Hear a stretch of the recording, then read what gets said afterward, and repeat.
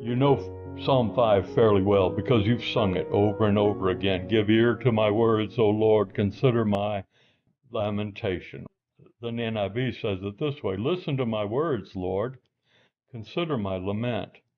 Hear my cry for help, my King and my God, for to you I pray. In the morning, Lord, you hear my voice. In the morning, I lay my requests before you and wait expectantly. Any of us could take that prayer, couldn't we?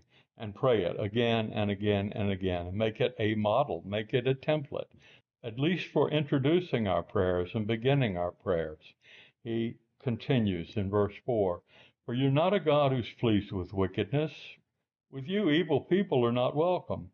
The arrogant cannot stand in your presence. You hate all who do wrong. You destroy those who tell lies. The bloodthirsty are deceitful to you. The bloodthirsty and the deceitful, forgive me, Lord, you detest. But I, by your great love, can come into your house. In reverence, I bow down toward your holy temple. Well, he's contrasting what he assumes to be God's feelings about the wicked, and certainly in terms of how God responds to the wicked. This is borne out. But he's contrasting his life with that which he observes around him, those who detest God, those who come against God, those who mock God, those who ignore God.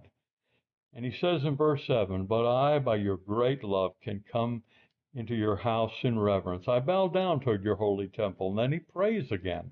Lead me, Lord, in your righteousness because of my enemies. Make your way straight before me. Not a word from their mouth can be trusted.